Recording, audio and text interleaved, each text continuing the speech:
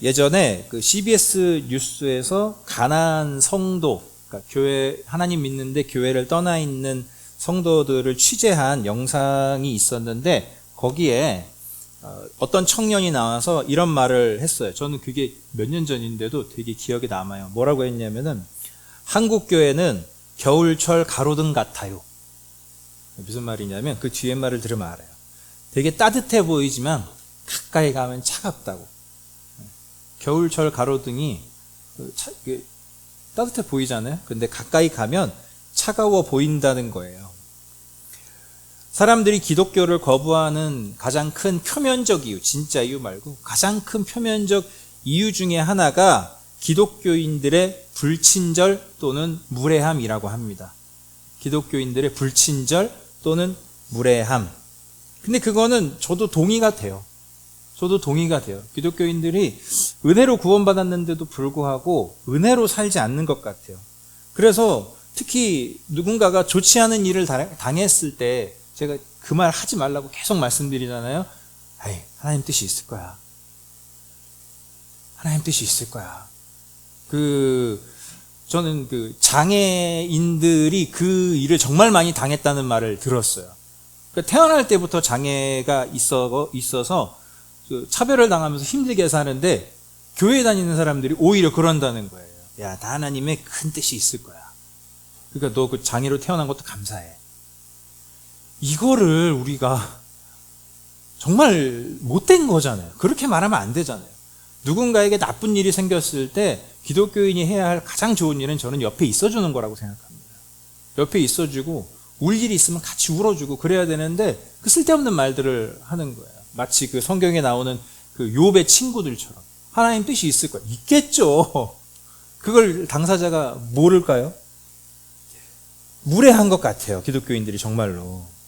자, 그런데 하나님께서 우리에게 원하시는 게 뭐냐? 이사야서에 이렇게 나와 있어요. 개역개정인데, 내가 넘치는 진노로 내 얼굴을 내게서 잠시 가렸으나, 이게 무슨 말이냐? 내가 넘치는 진노, 너희들이 지금 나를 계속 자극했고 도저히 내 은혜를 계속 거부하고 불순종하고, 그래서 내가 지금 진노를 내서 내 얼굴을 너희들에게서 잠시 가렸다. 네. 하나님 화내실 때 하나님 잘 안 보이잖아요. 그런 느낌이에요. 근데 그 뒤에 뭐라고 하냐면, 내가 내 얼굴을 내게서 잠시 가렸으나 영원한 자비로 너를 긍휼히 여기리라. 진노가 포인트가 아니고, 내가 다시 너희들에게 영원한 자비로 영원히 너희들을 긍휼히 여기겠다는 거예요. 이게 포인트, 자비가 포인트라는 거예요. 그렇게 생각하면은 구약의 그 선지자 중에 하박국이라고 있거든요. 하박국이 하나님께 드렸던 기도가 정말 100점짜리 기도, 하나님 마음에 합한 기도. 뭐라고 기도하는지 아십니까? 주님, 진노 중에라도 긍휼을 잊지 마십시오. 진노 중에라도 긍휼을 잊지 마옵소서. 하나님, 우리가 잘못해서 우리가 징계받아야 되는 거 알지만, 하나님 징계하시는 거 알지만, 하나님 긍휼을, 우리를 자비로 다시 품어주시는 그 긍휼을 잊지 말아주십시오. 이 100점짜리 기도예요. 기독교 신앙을 가지고 산다는 건요, 도덕적 기준에 의해서 점점 더 나은 사람이 되어간다는 의미는 아닙니다. 물론 나아지지만 점점 더 우리가 하나님을 믿고 살아가면서 점점 더 하나님의 성품이 여러분의 성품이 되어가는 거룩한 변화가 기독교 신앙의 핵심, 중심이에요. 하나님의 성품이 여러분의 성품이 되어가는 것, 이거요. 그리고 거기에서 가장 중요한 하나님의 성품은 무엇이냐? 자비입니다. 자비를 베풀 줄 알아야 된다는 거예요. 교회를 다니는 사람들이 질타를 당하게 된 이유는 공의가 없어서가 아닙니다. 아무리 교회가 타락했어도 기본적인 도덕성은 그래도 제가 볼 때는 교회를 다니는 사람들이 조금이라도 더 나아요. 문제는 우리에게 공의, 옳고 그름이 없어서가 아니고 자비가 없는 공의를 보여주고 있다는 게 문제입니다. 자비가 없는 공의요. 대표적인 예가 그거죠. 예수천국, 불신지옥. 예수천국만 말해야 되잖아요. 불신지옥을 말해서는 안 되잖아요. 예수천국, 불신지옥. 그리고 직장생활 하시는 분들이 상당수가 이런 말을 합니다. 기독교인 상사가 더 무자비하다. 교회 다니는 윗사람이 더 무자비하다라는 말을 심심치 않게 듣습니다. 생각해 보십시오. 아벨을 죽인 가인을 똑같이 죽이지 않으시고 하나님은 그를 보호해 주셨습니다. 홍수로 사람을 다 쓸어버리셨지만 하나님은 다시는 내가 물로 사람을 멸하지 않겠다 하셨습니다. 이스라엘 백성들을 징계하셔서 잠시 그들이 포로가 되게 하셨지만 그들을 다시 이전보다 더 나은 모습으로 회복시켜 주겠다 하셨고 실제로 그렇게 하셨습니다. 제자들을 불같이 꾸짖으신 예수님은 도저히 답이 안 나오는 그들을 사랑하시되 요한복음에 뭐라고 나왔죠? 끝까지 사랑하셨다. 끝까지 사랑하셨어요. 공의를 행하려다가 옳고 그름을 바로 세우려다가 자비를 놓쳐서는 안 됩니다. 하나님이 원하시는 공의는 자비를 품은 공의입니다. 저와 여러분의 삶에 하나님의 성품을 닮은 자비가 있습니까? 다윗의 일대기는요, 사무엘하 20장으로 끝납니다. 사무엘하 20장에서 다윗의 일대기는 끝났어요. 그러면 이제 마지막 21장부터 24장은 이게 뭐냐? 우리가 그 책으로 치면은 그 부록 있죠. 별책 부록. 끝나고 나서 뒤에 덧붙여진 이야기 또는 뭐 요즘 드라마나 영화 보면은 끝에 에피소드 같은 게 조금씩 에필로그 이런 것들이 나오잖아요. 그런 개념이라고 보시면 돼요. 몇 가지 부록의 이야기들이 이런 식으로 나오는데 그래서 21장부터 24장의 내용은 꼭 시간 순서대로 쓰여 있지 않아요. 그래서 오늘 본문의 이야기가 앞전에 나오는 지난주에 얘기했던 세바의 반란 바로 뒤에 이어진 이야기가 아니에요. 요거는 시간 순서와 상관이 없습니다. 오늘 우리가 읽은 본문은 다윗이 왕으로 있었을 때에 요런 일이 있었다 이런 건데 3년 동안이나 기근이 있었대요. 극심한 가뭄이 있었대요. 이 내용은 다윗의 그 왕정 초기에 있었던 사건으로 그렇게 추정을 합니다. 언뜻 보면은 이게 별것 아닌 사건처럼 보이는데 요 부록, 이 이야기의 중요성은 뭐가 있냐? 다윗을 통해 세워지는 나라가 우리가 지금 사무엘상하 통해서 계속 얘기한 게 뭐냐면 사울로 대변되는 세상 나라, 그 다음에 다윗으로 대변되는 하나님 나라. 우리가 1년 동안 이 얘기를 했거든요. 이게 오늘 본문의 이야기가 중요해지는 건 뭐냐면 다윗을 통해 세워지는 하나님의 나라, 이게 하나님 나라를 대변하기 때문에 오늘 본문의 사건이 상당히 중요합니다. 뭘 보여주고 있냐면 아까 방금 지금까지 제가 얘기한 거예요. 바로 하나님이 세우시는 하나님 나라의 공의의 축은 자비라는 거예요. 공의를 세우긴 세우되 그 공의가 뭘 품고 있다? 꼭 자비를 품고 있어야 한다. 이거를 보여주고 있는 거예요. 자, 먼저 1절을 한번 봅시다. 1절. 다윗 시대에 새해 동안이나 흉년이 들었다. 다윗이 주님 앞에 나아가서 그 곡절 이유를 물으니 주님께서 대답하셨다. 뭐라고요? 사울과 그의 집안이 기브온 사람을 죽여 살인죄를 지은 탓이다. 하나님이 이유를 알려주셨어요. 보세요. 1년만 가뭄이 들어도 힘든데 지금처럼 우리가 곡식을 먹을 것들을 저장할 수 있는 그 기술이 있는 시대에 가뭄이 들어도 힘들잖아요. 근데 이때는 뭐 저장을 그렇게 쉽게 할 수 없었단 말이에요. 냉장고가 있는 것도 아니고. 그런 상황에서 무려 3년 연속으로 가뭄이 들었으니 백성들이 얼마나 힘들었겠으며 또 왕이었던 다윗은 얼마나 이게 왕으로서 책임감을 느꼈겠습니까? 힘들잖아요. 그래서 하나님, 이게 도대체 무슨 일입니까? 라고 물었더니 사울과 그의 집안이 기브온 사람을 죽여서 살인죄를 지은 탓이다. 이런 이야기가 나와요. 그 이미 한참 지난 일이잖아요. 지금 다윗이 왕이니까 한참 지난 얘기란 말이에요. 여기에는 조금 거슬러 올라가야 하는 사연이 하나 있는데 이스라엘 백성들이 처음 가나안 땅에 들어가서 정복 전쟁을 할 때 여호수아가 그때 지도자였잖아요. 그때 들어가서 이제 몇 개 성읍들을 막 이렇게 무너뜨리고 이렇게 승승장구하고 있으니까 그때 기브온 사람들이 여호수아를 속입니다. 여호수아를 속여요. 하나님께서 이스라엘 백성들에게 명령하신 것 중에 하나가 뭐냐면 가나안 땅에 들어갔을 때 그 어느 민족과도 화친의 조약을 맺지 말아라. 동맹 맺지 말아라 라는 거였거든요. 그런데 이 기브온은 어디에 있는 거냐면은 유다 땅, 나중에 유다가 차지하게 되는 땅 안에 있어요. 그 안에 있다면 헤브론 근처에 있어요. 거기 있단 말이에요. 근데 이 사람들이 기브온 사람들이 여호수아를 찾아와서 화친을 맺고자 이제 하는데 이때 어떻게 거짓말을 하냐면 우리는 이 땅에 가나안 땅에 사는 사람들이 아니고 저기 멀리서 사는 사람들입니다. 그러면서 선물로 음식을 이렇게 줬는데 음식에 막 곰팡이가 핀 거예요. 일부러 우리가 되게 못 살고 있는 사람, 우리 불쌍하다는 걸 보여주는 거죠.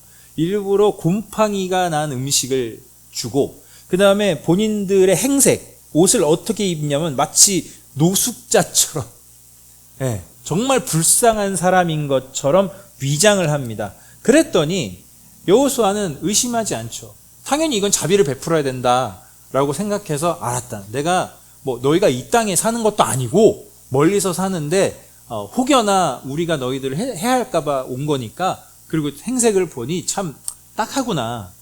이거는 실수긴 실수인데 여호수아가 잘못했다라고 말하긴 되게 애매한 거예요.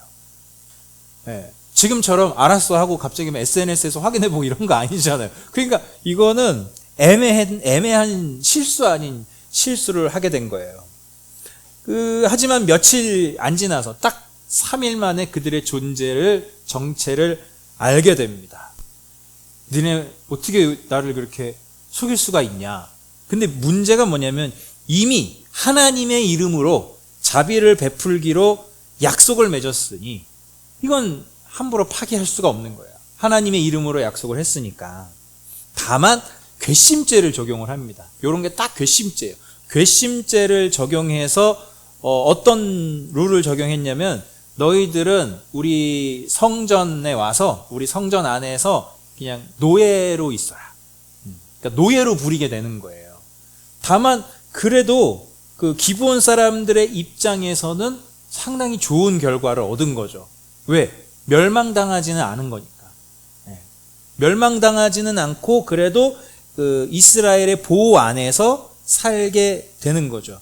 그런데 시간이 한참 지나서 사울이 왕이 되었을 때 사울 왕이 이 약속을 깨뜨립니다. 이유는 사울 왕이 그 유다 사람들에게 잘 보이고 싶어서였어요. 왜? 유다 사람들 사울이 무슨 지파냐면 베냐민 지파거든요. 베냐민 지파는 막내 지파예요. 그러니까 사울이 왕이 되었어도 열등감이 있었는지 자기가 베냐민 지파 출신이라는 이 약점이 계속 있으니까 유다 사람들에게 잘 보이고 싶은 욕심이 있었단 말이에요. 근데 유다 사람들에게 잘 보이는 방법 중에 하나가 뭘까? 유다 사람들하고 같이 살고 있는 저 기브온 사람들, 저 사람들을 내가 쓸어버리자. 저 사람들을 확 쓸어버리고 뭐 기브온 사람들의 재물이든 뭐 땅이든 이런 걸 다 유다 사람들에게 넘겨주면 그럼 내가 유다 사람들이 나를 좋아해 주지 않을까 이런 목적으로 대학살을 했습니다. 성경에 나오진 않아요. 대학살의 기록이 자세히 나오지는 않지만 대학살을 자행했습니다. 아예 씨를 말려버리려고 했던 것 같아요. 그래서 그 이후로 3년이나 가뭄이 들고 있대요. 그러면 자, 상식적으로 생각하면 뭐죠? 기브온 사람들의 원한 때문에 3년이나 기근이 지금 계속 진행되고 있으면 그러면 이 원한을 풀어주면 가뭄이 끝나겠구나. 하나님이 그걸 끝내주시겠구나. 이게 지금 이야기 전개로서는 맞잖아요. 그래서 다윗이 찾아갑니다. 기브온 사람들을 찾아가서 내가 여러분들의 한을 어떻게 풀어주면 좋겠습니까? 그랬더니 이 기브온 사람들도 나름 상당히 그 정치를 잘하는 것 같아요. 뭐라 그러냐면은 우리는 지금 돈 받고 싶은 거 아닙니다. 이스라엘과 싸우겠다는 것도 아닙니다. 우리가 원하는 건 이겁니다. 6절을 봅시다. 6절이요. 우리가 원하는 건 이거래요. 그의 자손 가운데서 그는 사울이죠. 사울의 자손 가운데서 남자 7명을 우리에게 넘겨주시기를 바랍니다. 7은 완전수를 이야기합니다. 그러면 주님께서 택하신 왕 사울이 살던 기브아에서, 사울의 고향 기브아에 가서 우리가 주님 앞에서 그들을 나무에 매달겠습니다. 나무에 매달아 죽이겠다는 거예요. 그래서 다윗이 그렇게 해 주겠다고 합니다.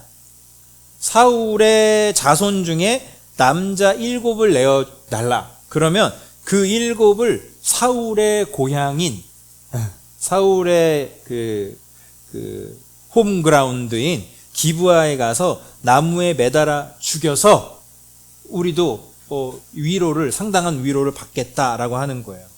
그래서 다윗이 이 요구를 들어주는데 요나단과 한 약속이 있어서 요나단의 아들 무비보셋은 넘겨주지 않고 7명을 넘겨주는데 2명은 누구냐? 사울의 첩인 리스바의 2 아들, 그리고 나머지 5은 누구냐면 사울의 딸 메랍이 낳은 아들 5, 아들 2하고 사울의 아들 2하고 손주 5명, 손자 5명 해서 총 7명을 넘겨주니까 약속한 대로 기브온 사람들이 이 7명을 기브아에서 나무에 매달아 죽입니다. 자, 질문이요. 그러면 이렇게 기브온 사람들의 원한을 풀어줬으면 가뭄이 끝나야 돼요? 안 끝나야 돼요? 끝나야 되죠. 근데 안 끝나요. 기브온 사람들의 원한 때문이라고 분명히 하나님 말씀하셨는데 그 원한을 풀어줬는데 요게 안 끝나고, 가뭄이 안 끝나고, 성경은 가뭄이 끝났다는 말이 없이 이야기를 더 진행시킵니다. 그래서 여기서 중요한 인물이 튀어나오는 게 바로 사울의 첩 리스바예요. 이 리스바라는 여자는요, 참으로 힘든 삶을 살았습니다. 사울의 첩이 된 것까지는 좋았어요. 그거는 이제 후궁이 됐다는 뜻이니까. 사울의 첩이 된 것까지는 좋았는데 사울 왕이 죽은 뒤에 아들 이스보셋이 이스라엘의 왕으로 있을 때, 그때 그 이스라엘의 군대 장관이었던 아브넬이 이 자기 권력을 자랑하기 위해서 이 리스바를 범합니다. 자기 권력을 자랑하는 물건처럼 리스바가 사용되었던 거예요. 그런 치욕을 겪었던 여인입니다. 그리고는 이제 자기가 낳은 2 아들이 사울의 잘못 때문에 억울하게 죽게 되죠. 성경은 바로 이 리스바의 행동에 주목하라고 합니다. 10절을 같이 한번 읽어봅시다. 10절이요. 시작. 그때에 아야의 딸 리스바가 굵은 배로 만든 천을 가져다가 바윗돌 위에 쳐놓고 그 밑에 앉아서 보리를 거두기 시작할 때로부터 하늘에서 그 주검 위로 가을비가 쏟아질 때까지 낮에는 공중의 새가 그 주검 위에 내려앉지 못하게 하고 밤에는 들짐승들이 얼씬도 하지 못하게 하였다. 나무에 매달린 채 주검이 된 아들들의 시체를 이 리스바가 계속 지켰다는 거예요. 낮에는 아마도 독수리가 시체를 먹을 수 있는데 그거를 막고, 밤에는 들짐승들이 못하게 막아요. 이거를, 이 유명한 사파 이 그림이 이게 그 실제 이 성경 내용을, 리스바의 그 모습을 그린 거예요. 네. 바윗돌 위에 앉아가지고 낮에는 독수리가 날아와서 쪼지 못하게 계속 막고, 밤에는 이리 같은, 늑대 같은 짐승들이 와서, 하이에나 같은 짐승들이 와서 물어뜯지 못하게 계속 이 어머니가 막았다는 거예요. 근데 이거를 얼마 동안 했냐? 이 성경의 표현이 뭐냐? 표현이 그렇죠? 보리를 거두기 시작할 때부터 비가 올 때까지, 추수 때부터 우기 전까지라는 뜻이거든요. 요거 굳이 따지면 4월부터 한 10월까지예요. 하루 이틀이 아니라는 거예요. 5, 6개월 정도를 이 리스바가 자기 아들들의 시신을 지켰다는 거예요. 근데 여러분, 그 정도 시간이면은 따로 이렇게 그 염을 한 것도 아니잖아요. 시신을 처리한 것도 아니잖아요. 그러면은 이미 부패하지 않았을까요? 이미 많이 부패하고 썩을 대로 썩었을 거예요. 그런데도 장사를 지내지 않고 저렇게 계속 지키고 있었던 거예요. 리스바가 이렇게 한 데에는 이유가 있습니다. 여기는 굉장히 그 서글픈 이유가 있어요. 이스라엘의 장례 제도를 알 필요가 있는데, 이스라엘의 장례 제도는요, 가족을 함께 묻습니다. 누가 죽잖아요? 그러면은 무덤에다가 넣어요. 이거는 예수님 부활하신 장면 생각하시면 돼요. 돌무덤, 문을 열고 이렇게 무덤이 있잖아요. 그러면은 1m 정도 높이의 돌로 된 단이 있고요. 거기 시체를 올려놓습니다. 그리고 시간이 지나면 시체가 부패하겠죠. 부패해서 어느 정도 이제 썩겠죠. 그러면은 한 1년 정도 지난 다음에 장자, 큰아들이 들어가가지고 그 시신을 그 돌 아래쪽으로 이렇게 모아놓습니다. 또 누가 죽으면 올려놨다가 부패하면 밑에 놓고 또 올려놓고 이러는 거예요. 그런 식으로 가족이 함께, 가족의 시신들이 한 군데에 모아놓을 수 있게 그렇게 장례를 치른단 말이에요. 근데 리스바가 자기 아들들을 지금 장사 지내지 못하고 있는 이유가 뭐냐? 아버지 사울이 아직도 제대로 장사되지 않았기 때문이에요. 아버지 사울이 제대로 장사되지 못했기 때문이에요. 아버지 사울 그리고 요나단 동시에 죽었잖아요. 전쟁하다 죽었습니다. 그때 누구도 사울과 요나단의 시신을 함부로 수습하지 못하다가 일전에 사울이 길르앗 야베스를 구원해 줬거든요. 그래서 길르앗 야베스 사람들이 야, 우리가 은혜를 받았는데 이러고 있으면 안 돼. 그래서 이 사람들이 우리를 어떻게 할지 모르는 그 위험을 무릅쓰고 사울과 요나단의 시신을 급히 수습해서 길르앗 야베스로 데리고 갔어요. 근데 거기 데리고 간 것뿐이지 제대로 장사를 지내지 못하고 있는 상황이에요. 그러니까 이 자기 두 아들이 죽었는데, 리스바 입장에서는 자기 두 아들이 죽었는데 장사를 지낼 수가 없는 거예요. 장사를 지낼 수가 없는 거예요. 왜? 아버지 사울의 시신이 제대로 수습되어 있지 않고 제대로 장사되어 있지 않은데 어디다 묻냐 이거예요. 억울하게 죽은 것도 슬픈데 자기 아들들을 제대로 장례를 치를 수도 없어서 긴 시간 동안, 반년 정도의 시간 동안 리스바가 그렇게 힘들게 자기 두 아들을 지키고 있었다는 거예요. 물론 다윗도 사울과 요나단이 제대로 장사되지 못했다는 걸 몰랐을까요? 알죠. 다윗 자신은 사울을 미워하지 않는다 해도 사울의 위협을 함께 경험한 그 자기 주변 측근들도 있고, 어쨌든 다윗의 집안과 사울의 집안이 안 좋았단 말이에요. 그러니까 다윗은 사실 알면서도 눈치를 봤던 것 같아요. 네, 눈치를 봤던 것 같아요. 사울과 요나단을 제대로 장례를 치러줘야 되는데 네, 여러 가지 상황으로 인해서 눈치를 봤던 것 같아요. 그런데 이제 리스바가 오랜 시간 동안 그렇게 두 아들을 지키고 있다. 이 얘기를 다윗이 듣게 되고 뜨끔하는 겁니다. 뜨끔하는 거고 미뤘던 일을 이제 진행하는 거예요. 눈치 보지 않고. 14절입니다. 14절. 자, 14절. 사울의 뼈와 그의 아들 요나단의 뼈와 함께 베냐민 지파의 땅인 셀라에 있는 사울의 아버지 기스의 무덤에 합장하였다. 사람들이 다윗이 지시한 모든 명령을 따라서 그대로 한 뒤에야 하나님이 그 땅을 돌보아 주시기를 비는 그들의 기도를 들어주셨다. 이게 무슨 얘기죠? 사울과 요나단을 아버지 기스가 있는 그 지역에 와서 제대로 장례를 치러주니까, 그 다음에 리스바의 두 아들도 거기다가 장례를 다 치러주니까 그제서야 가뭄이 끝나고 비가 내리기 시작했다는 거예요. 의아하지 않습니까? 기브온 사람들의 원한 때문에 가뭄이 심했다고 했는데 그들의 원한을 풀어주었을 때 가뭄이 끝난 게 아니에요. 다윗이 사울과 요나단을 제대로 장사해주고 리스바의 아들들이 거기에 또 같이 장사되니까 그때서야 가뭄이 끝났습니다. 사무엘서를 마무리하는 이 첫 번째 부록 3년 가뭄 이야기는 바로 이걸 말하고 싶은 거예요. 하나님의 나라를 지탱하는 가장 큰 기둥은 자비이다. 자비이다. 여러분이 한번 다윗이라고 가정해 보십시오. 조금 억울하지 않습니까? 내가 잘못한 일도 아닌데 왜 내가 이 일을 해결해야 합니까?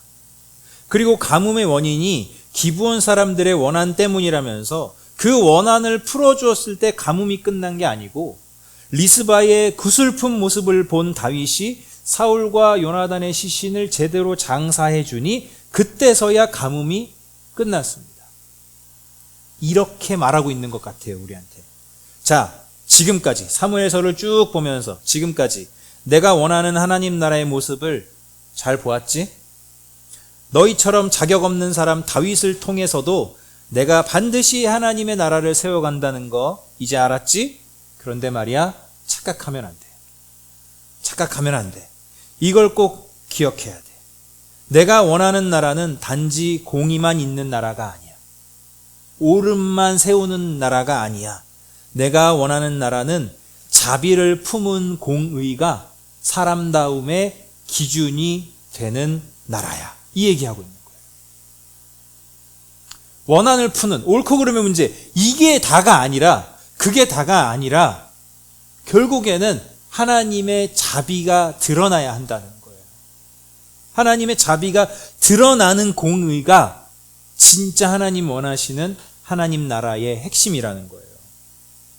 오늘 말씀을 근거로 두 가지 권면하고 싶습니다. 첫째, 꿈보다 자비입니다. 꿈보다 자비예요. 모든 사람이 그렇겠지만 특별히 하나님의 자녀로 살아가는 저와 여러분은 나름의 꿈을 가지고 살아가죠. 모든 사람은 다른 사람들에게 좋은 영향을 주는 의미 있는 삶을 꿈꿉니다. 어떤 사람은 특별히 하나님이 주신 꿈을 이루기 위해서 특별한 열심을 가지고 살아가기도 합니다. 마치 다윗이 하나님이 원하시는 나라를 이루는 청지기로서의 왕이 되고 싶었던 것처럼. 하지만 꿈을 이루기 위해 열심만 내다가 자비를 놓쳐서는 안 됩니다. 저와 여러분은 타락한 세상 속에서 하나님의 공의를 실현하고 하나님의 의로움을 드러내며 살도록 부름받았지만 그 의로움은 자비를 품은 의로움이어야 한다는 거예요. 항상 자비가 있어야 된다는 거예요. 둘째, 내 책임이 아니어도 책임지면서 삽시다. 요거 힘들어요. 요거 힘들어요. 기브온 사람들의 문제도 사울과 요나단이 제대로 장사되지 못한 문제도 다윗의 잘못이었습니까? 아니에요. 다윗이 잘못한 일이 아니에요. 다윗 책임이 아니에요. 하지만 하나님은 그 문제를 다윗이 해결해 주기를 바라셨어요. 그래서 처음부터 사울과 요나단의 그 시신 묻어줘, 제대로 장사 지내줘 라고 말하지 않고 하나님은 단서만 주셨어요. 기브온 사람들의 원한 때문이야. 단서만 주셨어요. 근데 그 단서를 잡고 다윗이 그 일을 책임지면서 해결하다 보니까 어느 순간 본인이 하나님의 자비를 실행하고 있다는 걸 알게 된 거죠. 하나님의 자녀들은 자신들의 죄의 문제를 책임져 주신 예수님의 은혜로 살아가는 사람들입니다. 예수님이 우리의 죄를 책임져야 할 이유가 있었습니까? 그게 예수님 책임입니까? 아니잖아요. 그런데 예수님이 잘못한 것도 아닌데 우리의 죄의 문제를 예수님이 책임져 주셨잖아요. 그리스도인은 그 은혜 위에서 살아가는 사람들이에요. 기독교 신앙은 그 갚을 수 없는 은혜 위에서 예수님처럼 사는 삶을 배워가는 여정입니다. 다시 한번, 기독교 신앙은 그 갚을 수 없는 은혜 위에서 예수님처럼 사는 삶을 배워가는 여정입니다. 그게 기독교 신앙이에요. 옳고 그름을 증명하는 게 아니고요. 그러니 여러분, 내 일이 아니라고, 내 잘못이 아니라고 왜 나에게 이 책임을 떠맡기시냐고 하나님께 따지지는 맙시다. 내 책임이 아니어도 하나님께서 네가 책임져 줘라 라고 우리에게 요청하시는 건 고통을 주시려는 게 아니고요. 저는 이게 오히려 감사해야 될 일인 것 같아요. 인정해 주시는 거예요. 이제 우리를 인정해 주시는 거예요. 내가 잘못한 일이 아닌데 왜 내가 책임져야 됩니까? 이렇게 말하지 마세요. 하나님이 저와 여러분을 인정해 주시는 거예요. 이제 네가 나의 자비를 보여주는 일에 동참해 주겠니? 이거란 말이에요.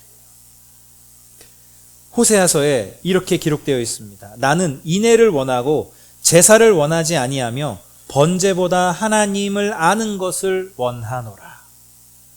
제사보다 더 중요한 거, 예배보다 더 중요한 거, 옳고 그름을 잡는 것보다 더 중요한 거, 그 안에 인애, 하나님이 원하시는 자비가 있어야 된다는 거예요. 하나님이 원하시는 의로움을 위해서 사십시오. 그러나 자비가 있어야 합니다.